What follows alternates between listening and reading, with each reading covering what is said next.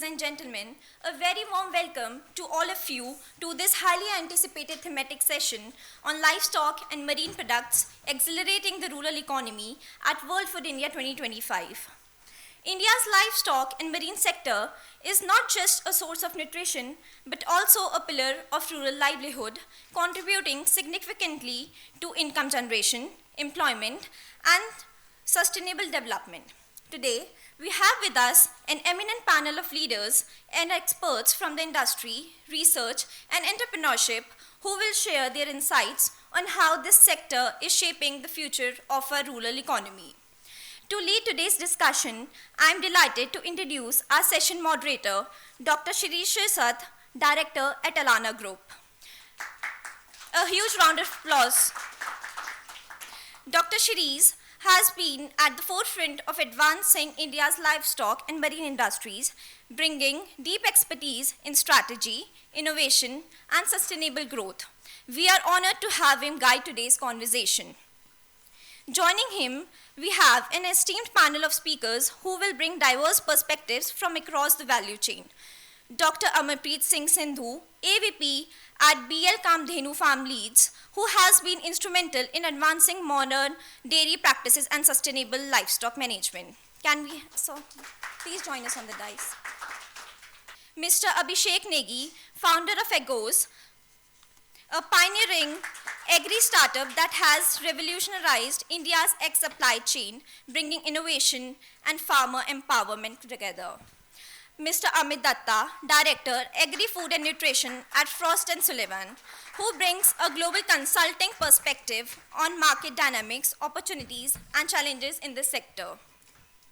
With this distinguished panel, we look forward to a rich discussion on how livestock and marine products. Dr. S.B. Barbudhe, Director, National Meat Research Institute, a distinguished researcher contributing to the advancement of meat science and processing for India's growing demands. With this distinguished panel of speakers, we look forward to a rich discussion on how livestock and marine products can drive inclusive growth and rural perspective. Without further ado, I now hand over the session to our moderator, Dr. Shri Sirsat. Good morning. So much, good morning, everyone. So it's a privilege to moderate this session, which is pertaining to livestock and marine products accelerating rural economy. Before starting this session, I would like to set some context here. India is having a huge production. India is considered a huge production hub in terms of milk production, egg production, meat, and fishery product. To set a perspective, we are having around 243 million tons of milk production and 140 odd billion eggs we are producing. Same time, fishery sector around 18.5 million tons of production, and when it comes to meat, the numbers is around 11 million metric tons meat is being produced. These are the huge numbers what India is producing, and we have got a great ranking globally. While I say so, hardly anything is being exported from India, or hardly anything which is going in value-added sections. That sets a context for the discussion and how all these things we can link up to the rural economy and take a leverage of various things from India and add to the livelihood as well as accelerate the growth in rural economy. With this, I would like to ask check with you three things. One is how the raw products like milk, fish, egg, and of course meat is contributing to the rural economy, and what is that we can do for adding value to it so that we can earn more from the same raw material. So I would request every panelist to deliberate on this. What is that percentage of typical milk or egg or fish and meat we are having as a raw product, and what is that percentage we are doing as a value addition? So over to Abhishek. Thank you. It's nice to be here, and I must say I'm the least experienced person on this panel. So I'm Abhishek. I run Egos. Egos is building a brand of eggs, and we are in a sector which is growing really fast. So as sir mentioned, India produced more than 140 billion eggs in 2024.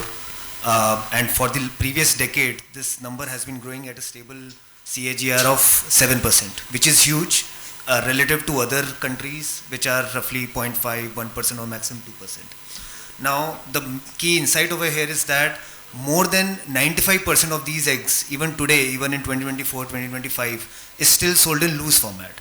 So when we say value addition must happen in this sector and rural income must increase, for on our behalf, our endeavor is that first, the eggs should get packaged and branded for consumers, which will benefit both. Number one, for consumer, they will get standardized quality, accountability on certain labels, and standardization on hygiene and other standards. And second, if there is more value addition, better prices being realized, then those can also be passed down to the farmers. Number 2 point, and I will try to keep this short, is that one, there is value addition which is happening in form of packaging and must increase. Second point is that in our country, the egg processing is still very limited. Now, relative to the world, in globally, more than 40% of the world's eggs are getting processed, either in liquid or powder or any other format, right? Other countries like, continents like Europe or USA or Japan, the number is more than 50%. In India, this number is not even 4% right now. So we are very early, we have not even started. So I'm sure this will be one of the important points, important aspects of building our country into a Viksit Bharat, because nutritional security is going to be very important. And processing of eggs and to deliver standardization, better quality to consumers, better products to HoReCa segment is going to be very critical in the coming years and decades to come. Thank you. Thank you for inviting me over here. I'm Dr. Amarpreet Sidhu, representing BL Kamdhenu, which is a company based out of Bareilly and into total integrated dairy solutions. Right from dairy farming to breed improvement program, genomic selection. We're just inaugurating a lab on genomic selection day after tomorrow in Greater Noida, which will work for animal genomic selection. Going forward into milk processing and then also integrating with the nutrition requirement of the animals by putting up a feed mill. So this will come up in the next 4-5 years. Now going to the topic of dairy farming or dairy milk as such. Of course, India is the largest producer of milk in the world, producing around 243 million tons per year. But I would just like to set the context first. The per capita consumption of milk in India is around 150 kg. Now, I would compare it with USA, which is around 230, which is an annual consumption, right? So, when I say 150 kg per annum is a per capita consumption, which compared to USA is 230 kg, and like country like Holland, it's 390 kg. So, there's a huge difference and gap where it can improve. Now, out of the total milk which is produced, around 50%, the figures might be little 1%, 2% here and there, but approximately 50% is retained by the producer at the village level itself, which basically goes for consumption of the producer as well as maybe his neighbor who's not owning some cows or buffaloes. So, which is a big, we are having almost 63, 64% population still living in the villages. So, there's nothing going into the organized sector over here. So, the remaining 50%, again, half of it, which is 25% of the total, which is going into the unorganized sector. Basically, your Indian sweet makers or, somebody who's making paneer or making khoa and it's going into the, again, sweets and all that stuff. So, which is getting into processing, but we really don't have any, evidence of data, to collaborate that because in the unorganized sector. The remaining 25 is getting into the organized sector, the likes of all big milk producer companies, in the cooperative or private. So they have, the biggest is of course liquid milk on daily supply to the cities. So when we talk about processing, at all levels, there is some processing which is happening, but we don't have any, data. For example, in the village level where 50% milk is getting retained, some portion of it is getting converted into butter for self-consumption. Some portion of it is getting converted into dahi for against or self-consumption. So there is some value addition which is happening, but it's not getting monetized. It's not getting into the market system, but then something is happening over there. And then, of course, the buttermilk also. So these three things you will find almost everywhere at the village level happening. So as we go forward, we will talk more about how the value addition happening in the organized sector and how it can help the farmers. So just setting the context on this. Yeah, Barbo, this one. Yes, thank you for inviting me here. I am representing the ICR National Meat Research Institute, and it's a research institute based in Hyderabad under Indian Council of Agricultural Research. We work with the different stakeholders in the meat sector, right from the animal rearers to marketing and also processing. As far as the setting these text for actually processing and other things in the meat sector, as of India, you see the biggest lacunae in our rural areas, other thing is the infrastructure. Unless you have proper hygienic infrastructure or processing facilities, I think this processing may not happen or may happen in the future. If you see, now we are the fourth largest meat producer in the world. And as far as exports are concerned, almost 90 or 95% of the meat is exported, only buffalo meat. Sheep, goat or poultry, hardly we export anything. But all of these actually meat, sheep meat or goat meat or poultry goes as a wet market. And very hardly 2 or 3% may be processed. Poultry sector may be around 7%. But of course, meat sector, particularly processing, requires very huge investment. If you go small scale, it is okay, but larger investment is required in this. That is the major hindrance. And of course, processing in infrastructure and slaughtering and hygiene, other things. Still, we are, I think, very few cities they have such infrastructure. Of course, nothing more in the rural areas. So then, of course, the packaging technology, other things now are coming, and also online marketing. They are now increasing day by day. So there is bright future for this. That processing in the meat sector. Later we will discuss many things about how it is adding to rural economy, what can be done exactly, and what are the bottlenecks. Thank you very much. Thank you, sir. Good morning, everyone. My name is Amit Datta. I'm a director at Frost & Sullivan. It's a global consulting firm, and I lead the food and nutrition practice for India and Middle East. Coming to the point, as mentioned by sir, is in terms of fishery, if you look at fisheries and aquaculture sector, India is the second largest fish producer just after China. And globally our production is almost around 18.5 million tons, and it has grown dramatically in the last couple of decades from 2003 to 2003-4 to currently. At the same time, if you look at it, constitutes 8% of the global fish production of currently what production volumes we have.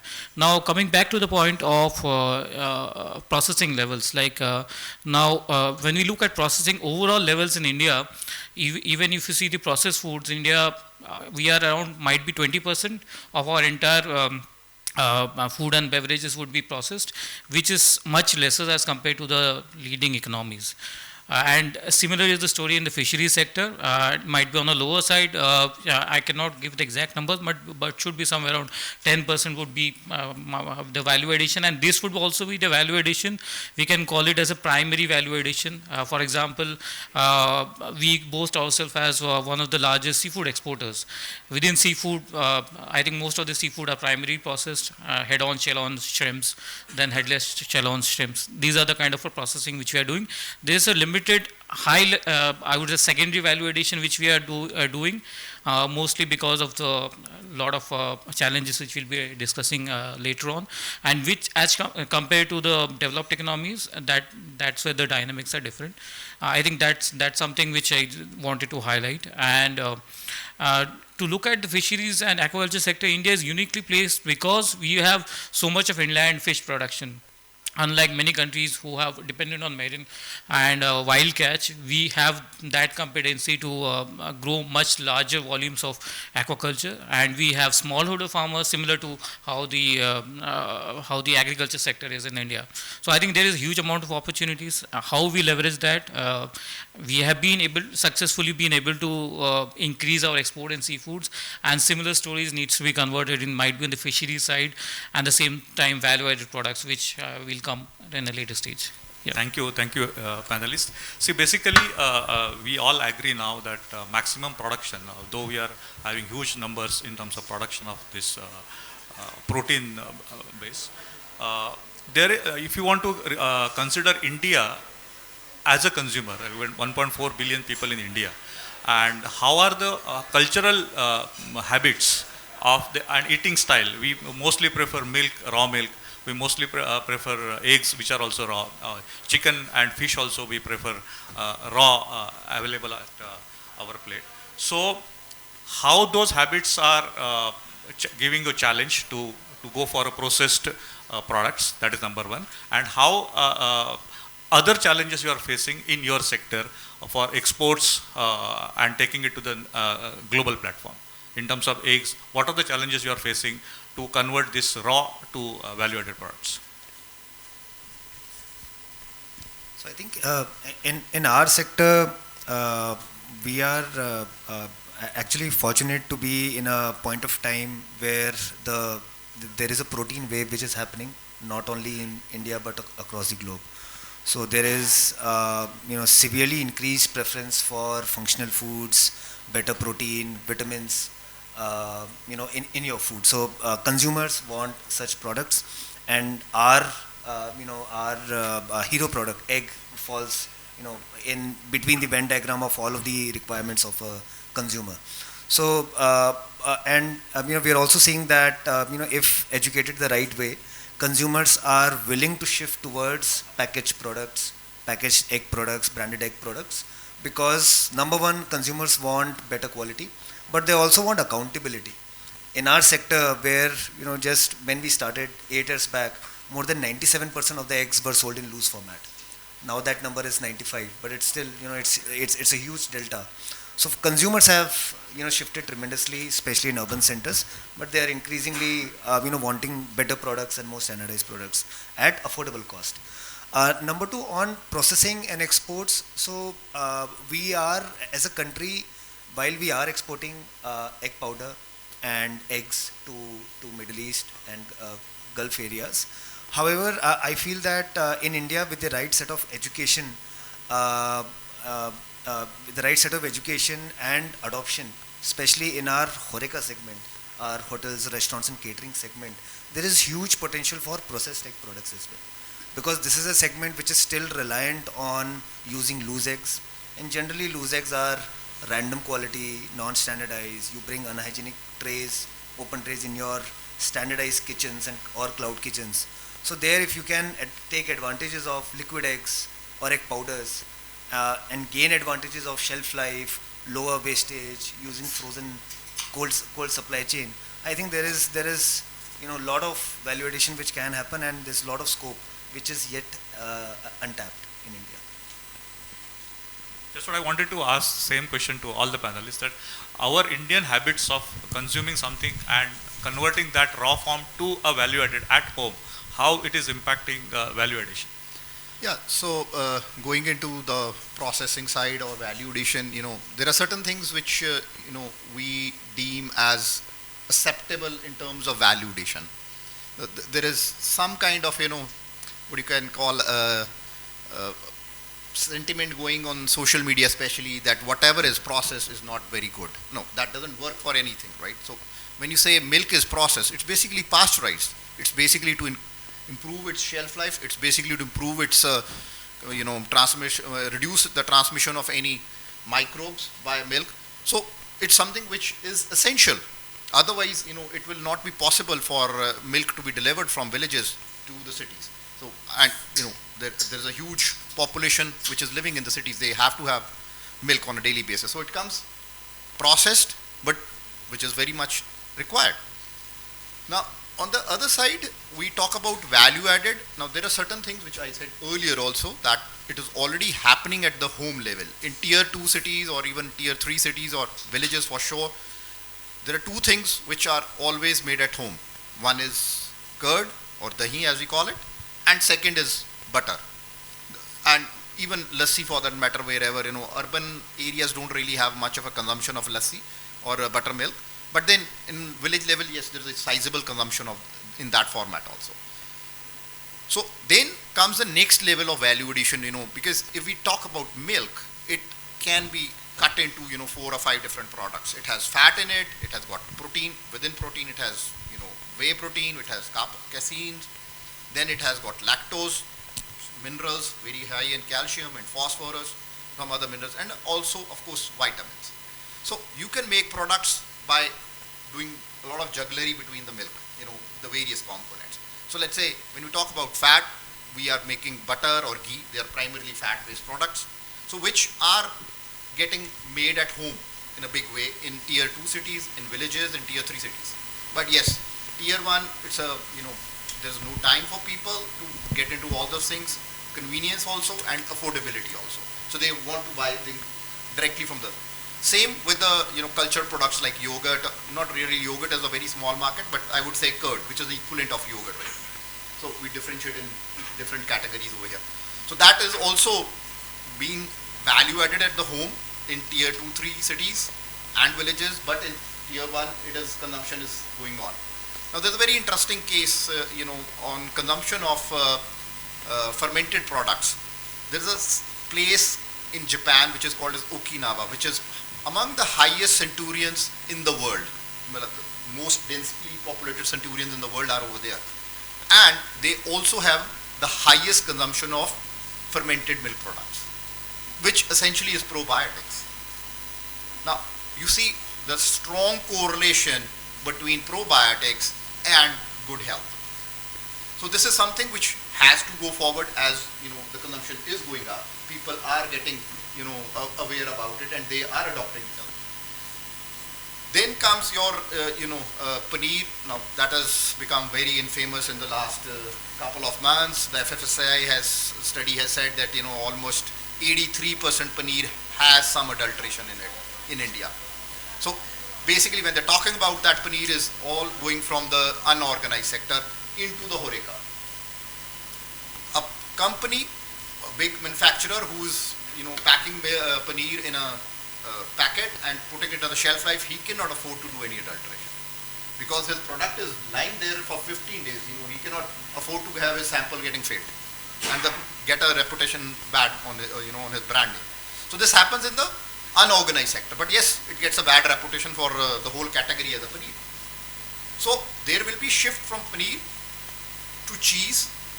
Now the only cheese which I find over here in the Indian market is mozzarella or cheddar. You go to any international market, even I have worked in Africa, so like I was talking with Dr. Shishar yesterday, in Kenya, which is much less developed than us in terms of GDP per capita and all that stuff. You go to a market, you will see at least 25 different kinds of cheese. It's a way the consumer is adapted to eating those. Exactly, I was coming to the same point, yes, how so cultural habits are impacting. Eating habits have not included those cheese over here.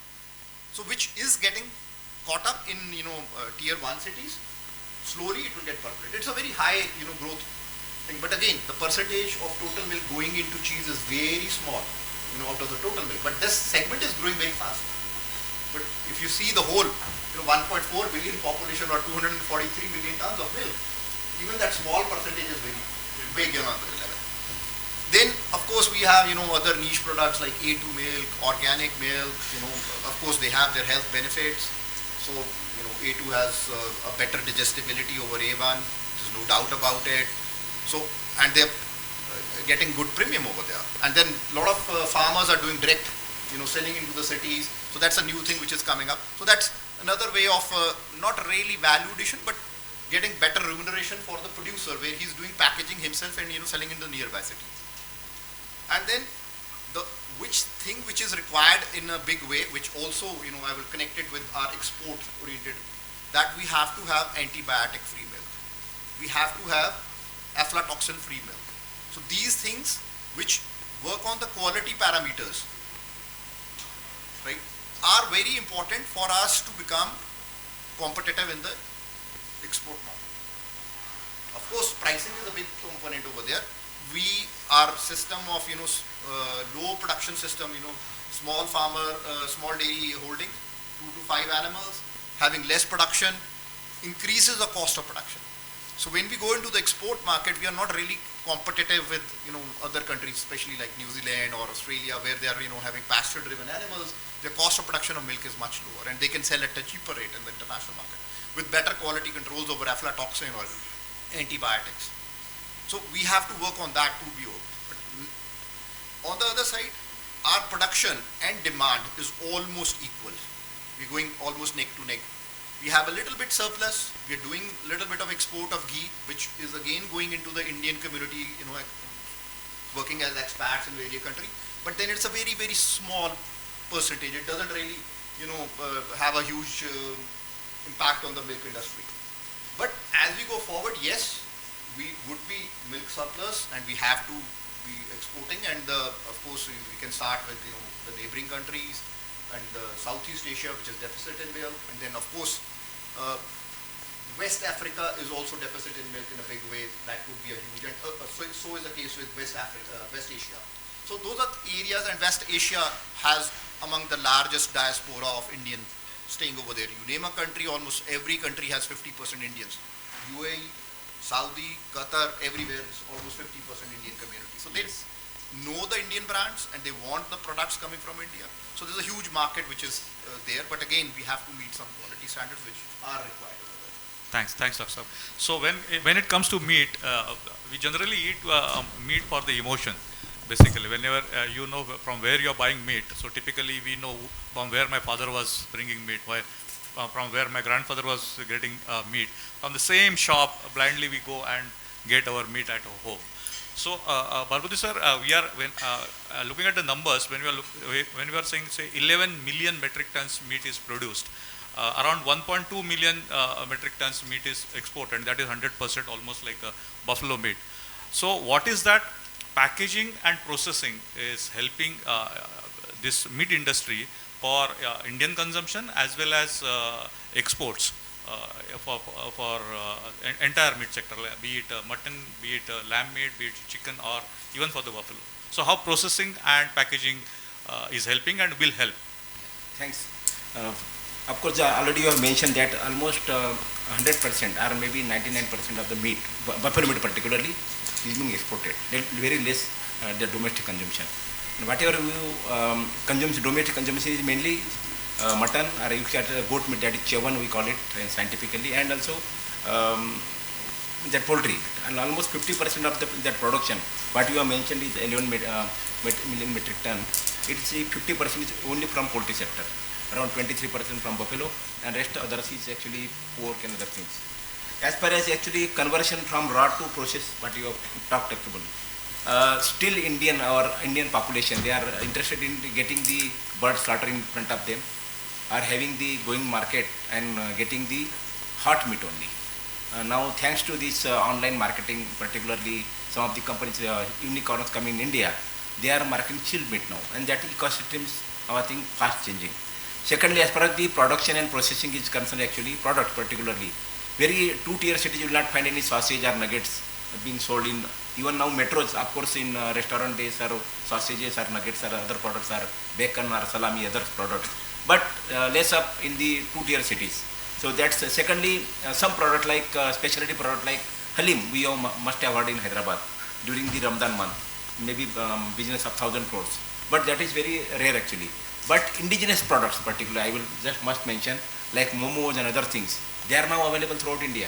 See, so now that branding is very required actually for that purpose, and from where it comes actually then, and some of the indigenous products like halim, just I mentioned, it is available only in Ramadan month. Why it should not be available throughout the year or throughout the country? So that is, it has got GI tag also now. Secondly, indigenous products, particularly in, if you go to Kashmir, we have different type of product there. If you go to Northeast, you have different products. If you go to some parts of Western, Central India or Southern India. So there we require actually the things. Secondly, coming for this actually processing other things, I already mentioned infrastructure. Where to go, and because everything will require special infrastructure, like sir has mentioned about the processing of milk, but I see in my own home also, we have some infrastructure, particularly some utensils which can produce this making butter or other things, but not such things is for the meat purpose. We should have actually mincer and other things, type of things making different. So such type of infrastructure has to be made. We are, through our institute, we always promote the self-help groups, women self-help groups, or other type of food processing organizations also, where they can have certain type of processing with them, like making the products. Even pickle making, we are training many people, rural women, other things actually here. Even, but unless we have in bulk actually, we can think of also exports. So that's why, but now different type of processing technologies, packaging he is mentioning actually, of course many packaging, newer packaging techniques are concerned now there. So we can extend the shelf life of meat also, other things also there. So slowly, as per the advancement in this packaging and processing, I think we can expect some type of products actually we can be available in the two-tier cities or metros also now already available, and we can also think of exports also. Secondly, indigenous products I mentioned already. So we have been working with through Department of Biotechnology, also Ministry of Food Processing. Some of the interventions, particularly how these products can be made available from one place to another place in India also. So of course I mentioned about infrastructure and other things. So that will, unless it is developed, even we talk about the smart cities, but many of the cities in India don't have proper slaughterhouses also, even for sheep and goats. So with coming the infrastructure, then of course surplusness. Now if you see in the market, sheep and goat mutton, 800 rupees, 900 rupees per kg. If you value added, so it will become 1,200 or 1,500. So you have to see that type of customer also, because once you process, some market should be there for that purpose. So we have to see that way also. So that are all the bottlenecks, but we have to overcome this. Thank you. So if you look at meat, the shelf life what is given to us is P+4 for the chilled, fresh chilled meat. But when you vacuum pack it with a hygienic, with a pH and temperature, the shelf life becomes say minimum 70, 90 days. So with the same condition, the same chilled format, say at around 0 to 1 degree Celsius temperature, where the meat is as fresh as it was packed, or even it gets more tender or more juicier, say after 40 days. So such packaging technologies are there in India. I feel it has to be adopted more, it has to be publicized more, and of course FSSI like statutory bodies should support all this initiative, so that this meat will be available to more masses, and the rates which are going up and up, and the spoilage which is typically happening at 0 to 4. It is difficult to manage the supply chain at 0 to 4 and then again 20% to the last consumer. So this managing supply chain will become easier. So packaging will definitely add value. Yes, certainly. Actually now at present we have standard that fresh chilled chicken only up to 4 days you can maintain. But with the improvements of the packaging technologies, it can go to 10 days, 15 days also. Now super chilling one technology we have already developed at our institute also. Super chilling means sub-zero adjust actually. It can extend up to 10 days or maybe 15 days. Secondly, what we are exporting, that shelf life we say buffalo meat or something, 1 year.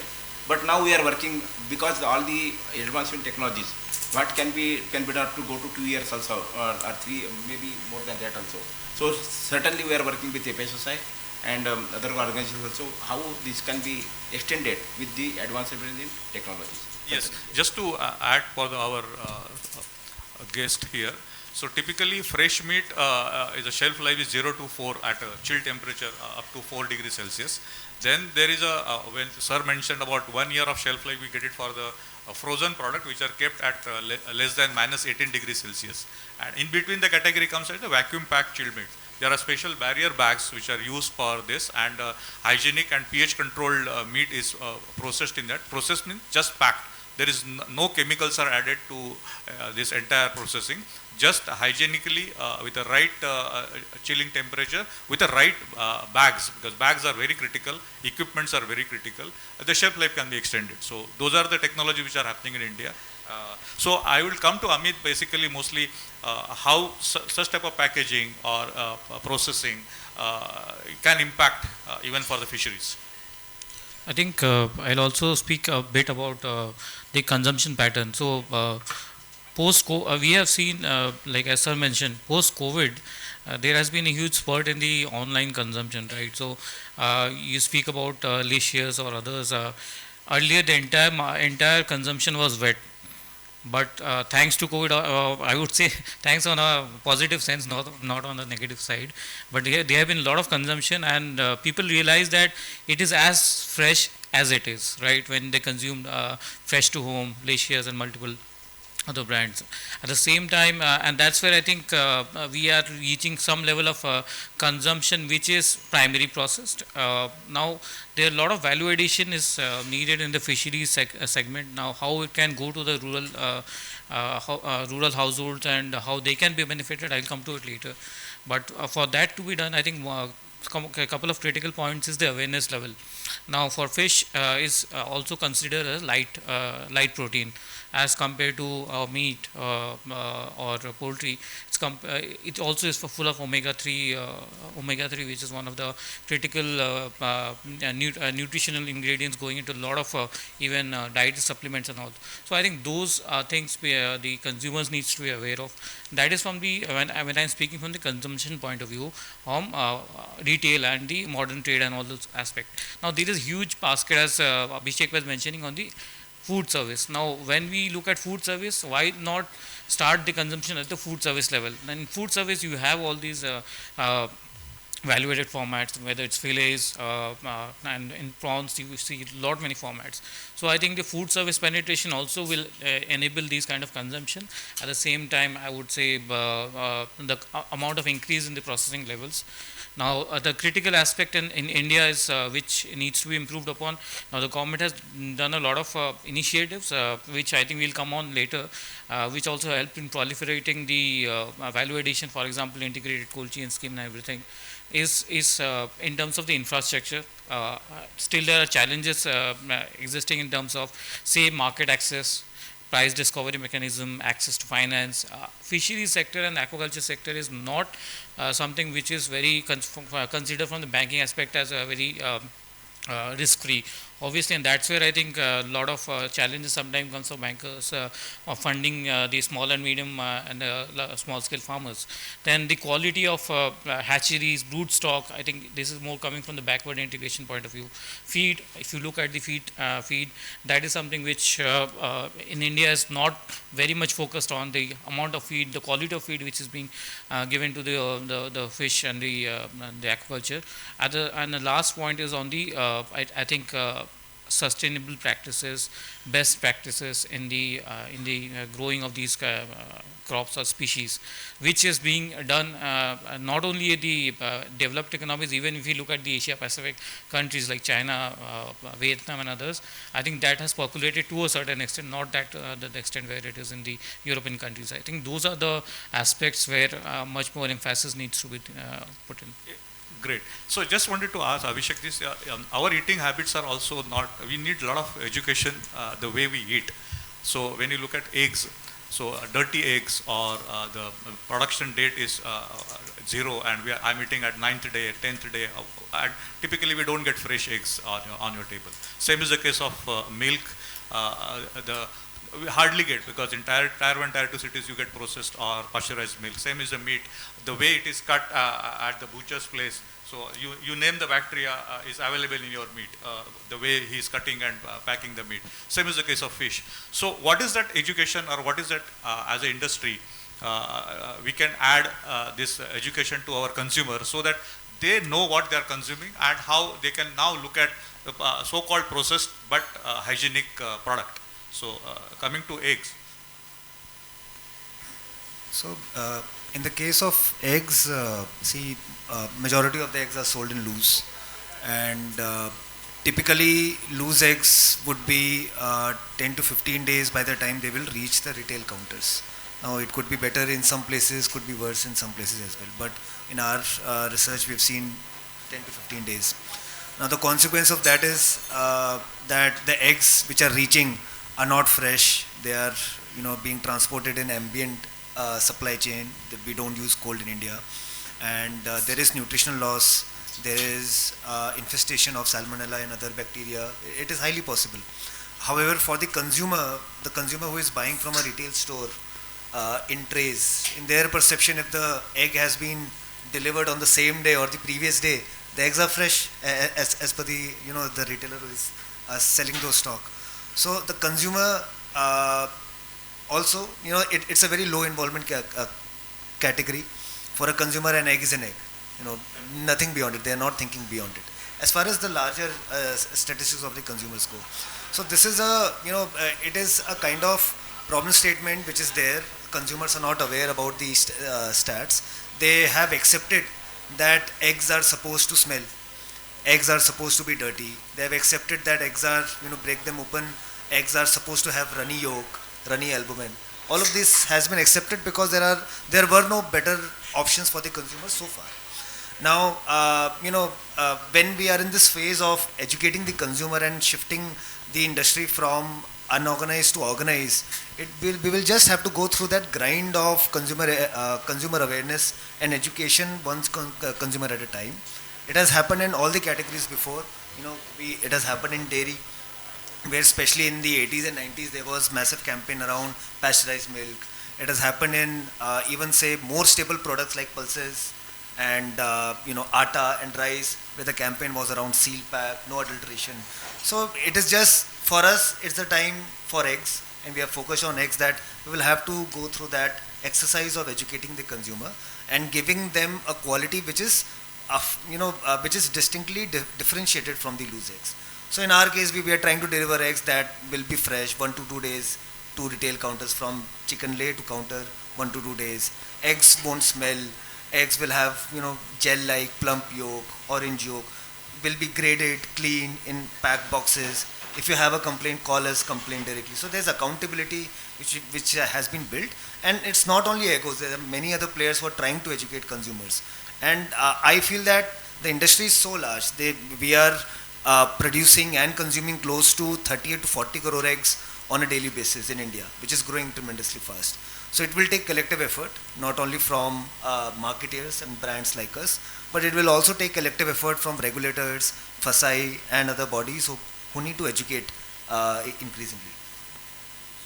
Just to add, when we see any dirty eggs and somebody tries to wash it with the water, the entire bacterial load is going inside basically. So we forget, we see with the eyes that I'm cleaning the egg, but whatever you're doing cleaning, so-called cleaning, you're pushing those bacteria very nicely inside this, and then you're obviously eating that. So one of the so-called processed product which is largely accepted is a milk. Only packaged product which is happily consumed is a milk, packed milk. So what is that education you are expecting so that these value-added products can be considered in a day-to-day consumption? Yeah, so, coming on the milk, I would say, as an exception to the forum sitting over here, milk is largely getting packed and, getting served to the clients, in the organized sector. Even in the unorganized sector, it's a very highly perishable product, right? So even if it is sold loose to your doorstep, which happens in tier 2 or tier 3 cities, very common, right? So the consumer knows it. It's like highly perishable. He will just boil it immediately. Of course, boiling is good, maybe not as good as pasteurization. So, but one of the things which I see even in tier 1 cities where, it's always a pouch milk which is coming to most of the houses. Now, when it is pasteurized, it doesn't need boiling, but people do boil. To the extent that, even the UHT milk, right, which normally we call as a tetra pouch, right? So, which has a shelf life of 180 days. If it can sustain 180 days without getting puffed, because it has no bacteria in it, you don't need to boil again. So, now the pasteurization temperature is lower than the boiling temperature. So, when you boil, you also denature some good proteins, which is not really required. So this is something which I think, as an industry, we need to educate the consumer. People. So we are actually overdoing over there. It's not underdoing, it's overdoing over there, which is not really required. And you, typically at a house, we are boiling it at least 2-3 times in a day. Whenever it comes, whenever you're opening your fridge, you're taking it out, again boiling. Keeping it in the fridge, again boiling. It's something we enjoy doing it. Yeah, which is not really required. So, and the best thing is, in milk, like if there is a problem in a pouch, or if it is a ESL pack, which is coming, in the last 4-5 years, which has a 90-day shelf life, a very fantastic product. It doesn't need any cold chain. Even the Tetra pack, it doesn't need any cold chain. It's a fantastic product. But the normal pouch needs a cold chain. But if there is a problem in the cold chain, it will get puffed. Nothing else. Just puff pack it, throw it away. That's it. But again, in that also, people can do it, and they do also. They remove the protein content and make paneer, and it's pretty safe also, to be honest.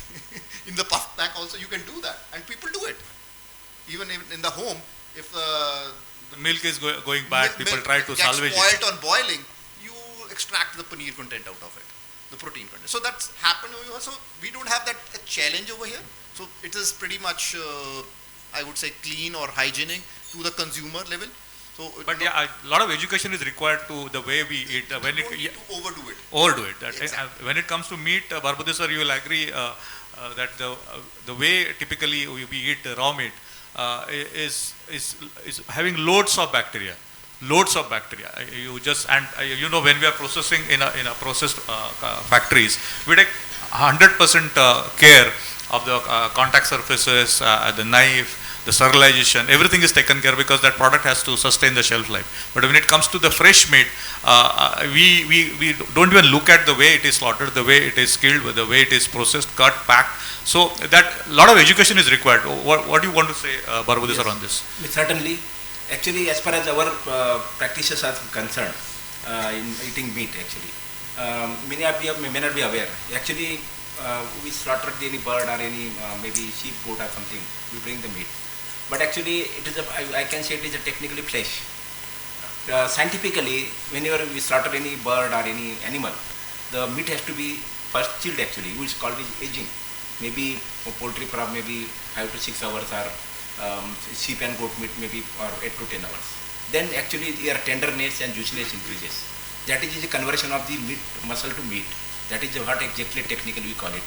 When you slaughter any bird or any animal, this it is contains the sugar, that glycogen, and when you age it actually it goes to convert to lactic acid, and its pH comes down. So keeping quality will increase. But hardly anybody chills that meat, or they simply we bring it and eat it. So we can say it is a flesh actually. It is not a meat technically. Okay. Yeah, so, exactly. Yeah. Just to give a perspective, what Barbade sir is saying. Whenever we say this is something called a muscle, right? But when we eat, we never say I ate muscle of a goat or a sheep or anything. So we always say I ate a meat. So when we say conversion of muscle to meat is a scientific way of converting that muscle into meat. So there is a cold chain what we have to follow. There is certain ways the acids will bring and meat will become more tender, juicier. And then only it is because we are losing the what is available and what we are supposed to eat. Therefore, I was coming to that point only, the learning of a consumer. So yeah. Yeah. Secondly, if you see mango, raw mango and the ripened mango, this is a story of like meat also. So exactly. Anybody will like the ripe mango more because they will get original taste of the mango. So same thing is with meat. So you have to get chilled actually, conversion of the muscle to meat. Secondly, awareness program what is concerned. So you have to educate on this aspect also, the public particularly. Secondly, we call it whatever we eat actually, it is for a good nutritional practice. We should get some nutrients, other things. And it starts from we always call it from farm to fork or from the farm to table. So everywhere the awareness is required, site like from good agricultural practices or good animal husbandry practices. Unless you grow any type of animal or maybe plant or whatever it may be, hygienic conditions or a good agricultural practice or hygienic practices, that product will not come good. So then comes the good manufacturing practices, where you have to that process it. Then it comes the good transport practices from factory to your any retail outlet or somewhere. Then comes the good that retailing practices, or if you serve in the restaurant somewhere, good catering practices, or good after that good housekeeping practices. So it makes a complete chain actually. That only it comes the good that nutritional practice. So what do we expect from the getting any product or eating any product good that nutrition, unless you process observe these good things at every aspect, right from farm, then processing, then marketing or retailing, or even that catering actually in the restaurant also. So because of the food hygiene and bacteria you talked about, it can happen at any stage. If you are selling only that product, or animal is not good at harvest, but at processing also, at even at catering also, you have to observe all the practices. Yeah. Thanks. So thanks to startups like what Egos is doing. There are other meat startups are also educating us. What is certain brands are there in our mind now, that hygienic meat means this brand, so hygienic eggs means this brand. So there is a lot of scope for new entrepreneurs and startups to enter into this segment, like meat, chicken, dairy and fisheries. So that's the context I wanted to set up for the discussion. And coming back to when we talked a lot of on the infrastructure thing, so if you can add some values, that what are the government policies and grants or support structure is available for, at least for the fish sector.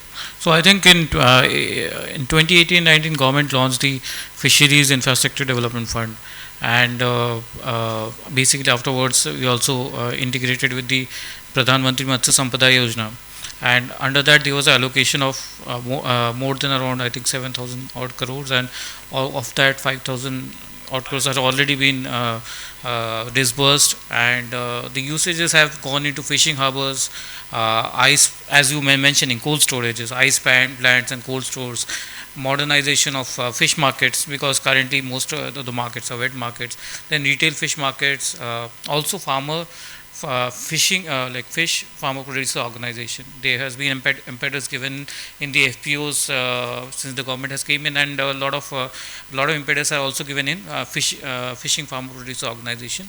Then value added enterprises, units for transportation facility, as I was mentioning, so reefer vehicles, ambient facilities, and I think that is something which has led to a bit of, I would say, the bridge the gap in the infrastructure, but there needs to be a lot of work which still needs to be done, particularly in terms of, as you rightly mentioned, how to even train the rural workforce in terms of good practices, how to handle everything. At the same time, also make them aware that you can basically extract more value out of the product in case of creation of those market linkages. Now, one important point from the consumption point of view is in India, everything we look at frozen as a not fresh and not good for health. That is something which also needs to be, an awareness needs to build up, because go outside, everything is chilled or frozen. Yes. You don't have any concept of fresh and chilled are considered as the same. So how that kind of awareness needs to build, and for that also we need that infrastructure, because until unless you have that infrastructure to chill your product at the farm gate itself, you cannot compete with the global marketplace. But I think we are doing much better in the export market, specifically in the seafood side, and I think this needs to be replicated in the fisheries. When I speak fisheries, specifically the fish species, and we have a lot of indigenous species. Like for example, when you speak of Norway, always comes up in the mind is Norwegian salmon. Yes. So why not Hilsha, which is India plus Bangladesh the brand.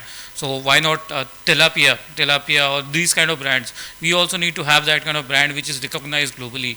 So I think that is something which there needs to be some kind of a awareness generation out there. Thanks, Amit. I would just like to add over here that chilling, is considered not fresh over here in India, which is for almost all the products, like talk about fish or meat, but scientifically saying it's better than the fresh. It adds value. Basically. It adds value, of course, but even from the microbial point of view, any food stuff is food for us. It's a food for microbes also to grow on it. So when you keep it at a normal temperature, milk, meat, fish, whatever, the microbes will grow.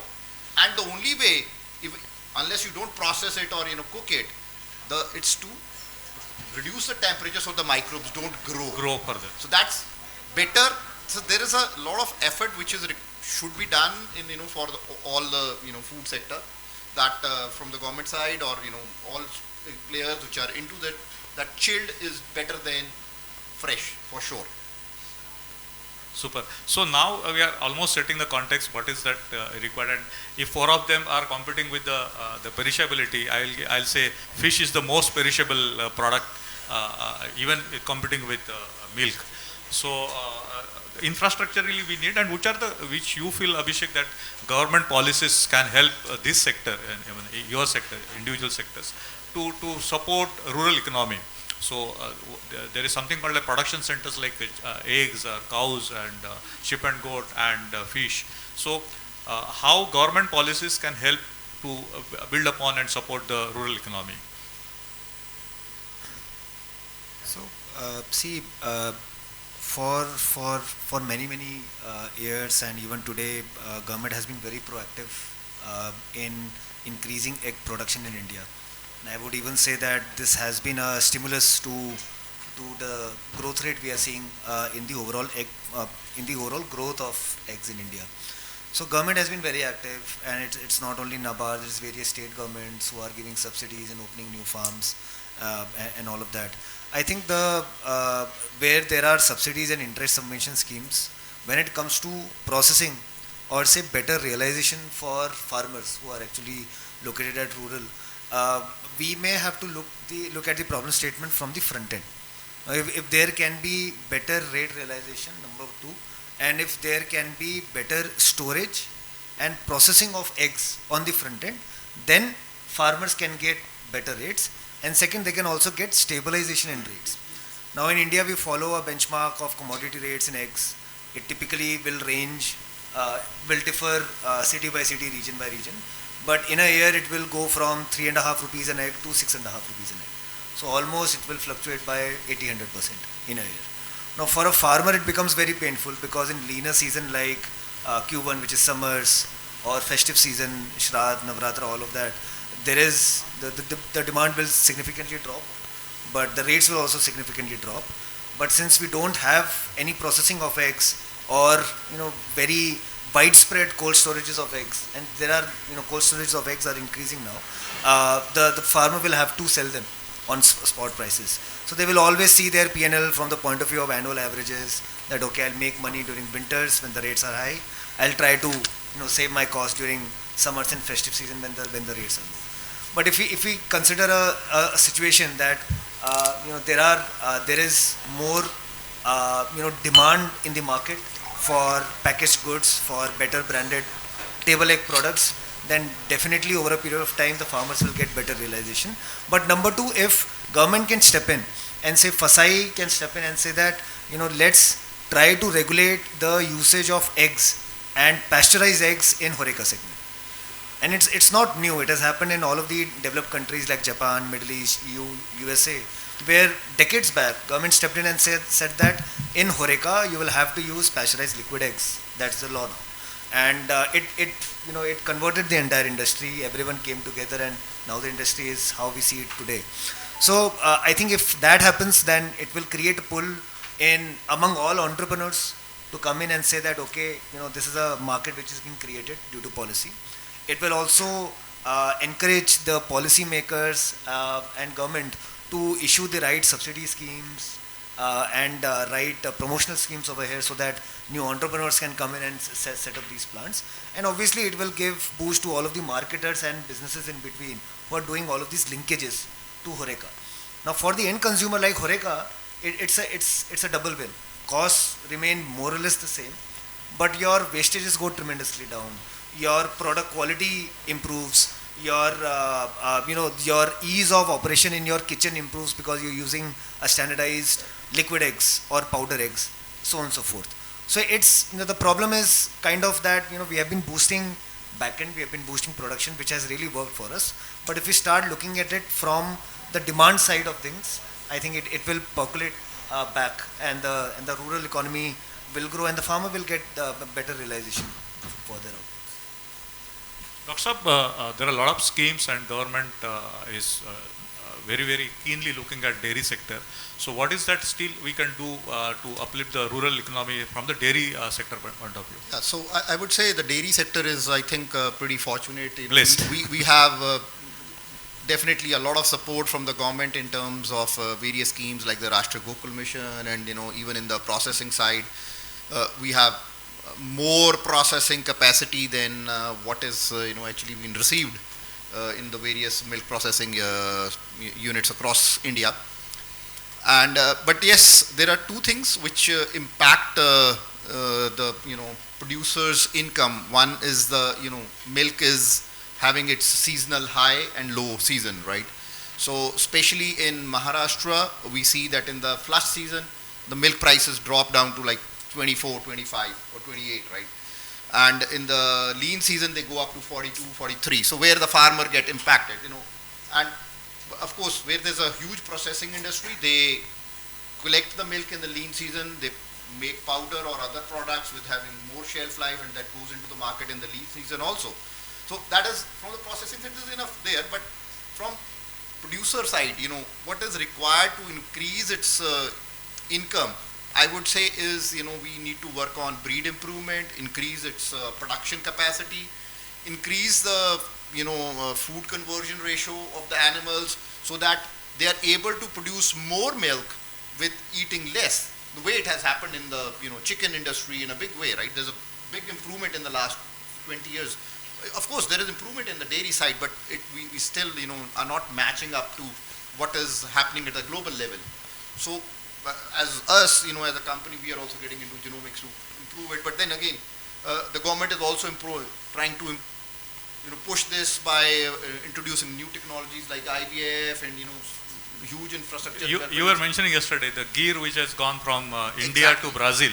You must be knowing the A2 milk and Gir cow. The breed has gone from India to Brazil, and now same Gir improved in Brazil is coming back to India, and the potential lots of you were mentioning yesterday. I would like to hear from you. Yeah, so Gir was is native to Gujarat, and it went in 3 tranches to Brazil, somewhere in 1890s and then 1920s and then 1960s.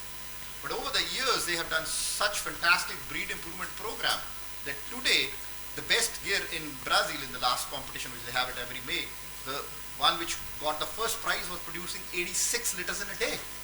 Indian cow. It's an Indian cow. Gone from That's India. Fantastic improvement. But same Gir. Done it over here, right? But they did it. Now we are trying to import genetics back from Brazil over here. And same is giving how much? Over here, it's difficult to find something like 30 kg also over here. So it's giving almost 3 times.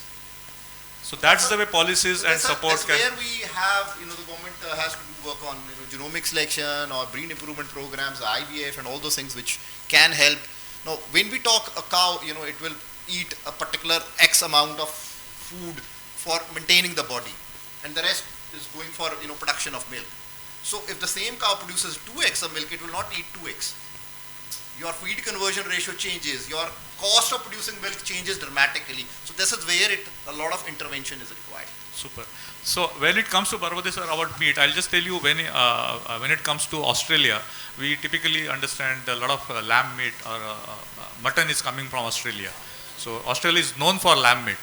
But when it comes to the number of animals there, India and Australia are having exact number of sheep. So we also have around 75 millions of sheep, and Australia also has 75 millions of sheep. But when you look at the meat availability per se from Australia and India, there is no comparison. There is absolutely no comparison. So what is that we can do, Barbade sir, from handling such breeds and feed, of course, and help our rural farmers to get to that level? Yes, certainly. See, now government is already recognized this thing, and there are 2 major schemes from the government of India. National Livestock Mission, you must have heard about this, and they are supporting now all species of animal, including now very recently we had meeting on 23rd. They are also including Mithun and egg also now for this scheme now. Secondly, animal husbandry infra. In that they are helping for the establishment of the feed processing plant, even meat processing plants, other type of infrastructure. But of course, as far as this taking this sector, particularly we have a lot of laws from FSSI and also from BIS.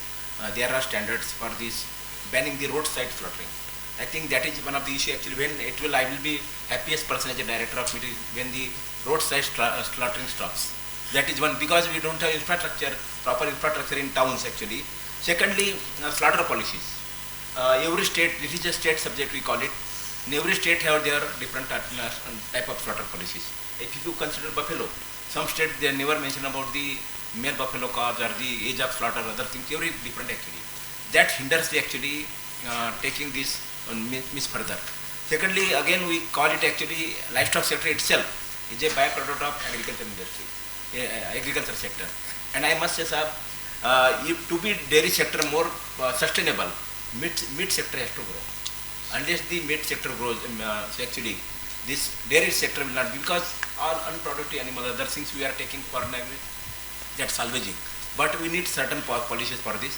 Secondly, as far as the breeding for the meat purpose, maybe sheep or maybe goat, still it is, I think we are not come to that. How the poultry sector has grown. Now see, within 35 cities we are getting 2.5 kg of the poultry, because lot of breeding and other things have gone. Such things have not happened in the sheep sector or goat sector also. We have several breeds of sheep and goat in India. But how many, black Bengal is good actually, but what is the carcass weight there? We have to think out there also. Secondly, 16th we had a meeting actually there. We have now 20 breeds of buffaloes. How many buffalo breeds they give milk? Maybe Murrah or Surti or some other. What about other 17 or 18 breeds actually?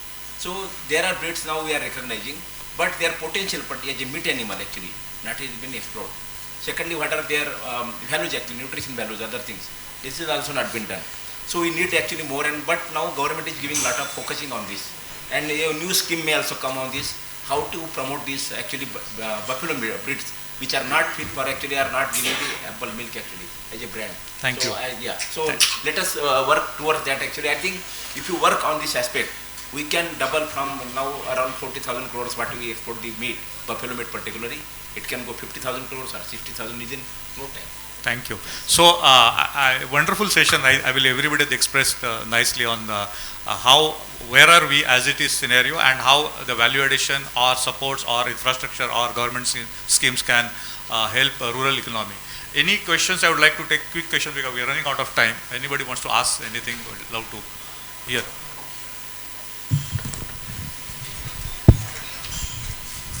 Sir, राष्ट्रीय Gokul mission और NLM के forms अभी कुछ दिनों के लिए बंद कर दिए गए हैं, तो actually because this is now last year of the plan, right? So whatever you have submitted, that is already processed. Now there are, because they have to make some provision. I can tell you on 23rd, 2 days back only we had a meeting with the Secretary Animal Husbandry. So that earlier already processed, they will start again in maybe January, February. So that provision is made. Yes, it will be continued. It much bigger way, not smaller, much bigger way. And many of the things actually which are not included earlier, we have suggested several suggestions to them now to include those things also. Yes. Anyone else? Any questions?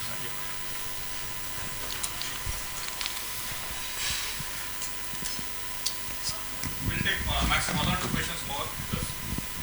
Hello, sir, we are coming from the Banswara district, the TSP area of the Rajasthan state.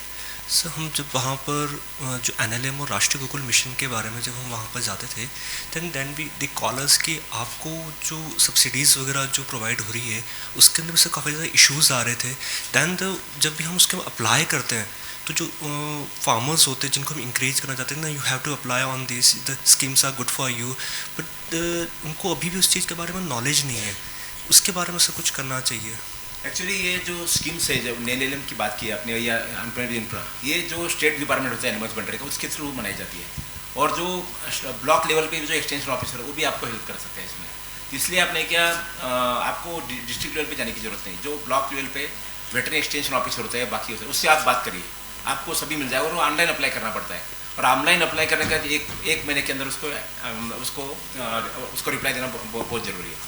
तो आपने क्या उनसे contact करिए, क्योंकि ये scheme दो central government की है, लेकिन ये स्टेट गवर्नमेंट के थ्रू इम्प्लीमेंट होती है. So with this we end this session. Thank you, panelists. Just a minute. Just actually, I want to add with permission of the moderator. Actually, we are talking about the infrastructure in the rural areas. Now, as far as my institute, we have developed now model slaughterhouses, actually portable slaughterhouses also, where actually you can invest just 5 or 10 lakh rupees or 15 lakh rupees. It can be for sheep goat, it can be for poultry, it can be for pig also. Because if you see bigger slaughterhouses by the like Alana other companies, or even the Gazipur in Delhi, it's a huge investment, maybe 100 crores or 50 crores or like that, and lot of land. But now we have models. We can have within this room also, you can have slaughter several like that. With the still you can take from one place to other place also. So some things are already available in India now, and we are trying to make it the part of subsidy also through NABARD and other government agencies also. Even government of India may think of this. So lot of things, because we want to promote this in the rural areas particularly, when where the actually animals are grown. We are the largest population of the livestock, but the meat sector, other six sector, we are facing because of the infrastructure. So for that now we have come miniaturization of the things. Already it has come now. So let us see. I think time to come, many more that things will come. Thank you very much. Thank you so much, Dr. Shirish, and our esteemed speakers for such a thought-provoking and insightful session. On behalf of World Food India 2025, I would like to extend my heartfelt gratitude to all of you on the audience for such an engaging session. May I request Ms. Anu Kumari to come and facilitate our speakers. Ma'am, please facilitate Dr. Shirish.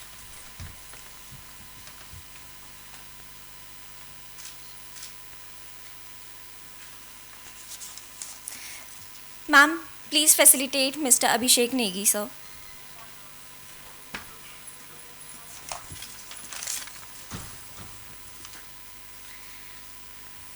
Ma'am, please facilitate Dr. S.B. Barbudhe, sir. Dr. Amarpreet Singh Sindhu, sir. Ma'am, please facilitate S.B. Barbudhe, sir.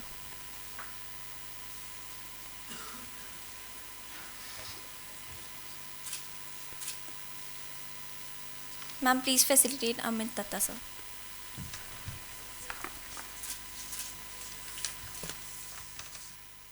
With here, we conclude this session. The journey doesn't end here. I encourage you all to network and connect everybody in the halls. And thank you so much for an engaging audience.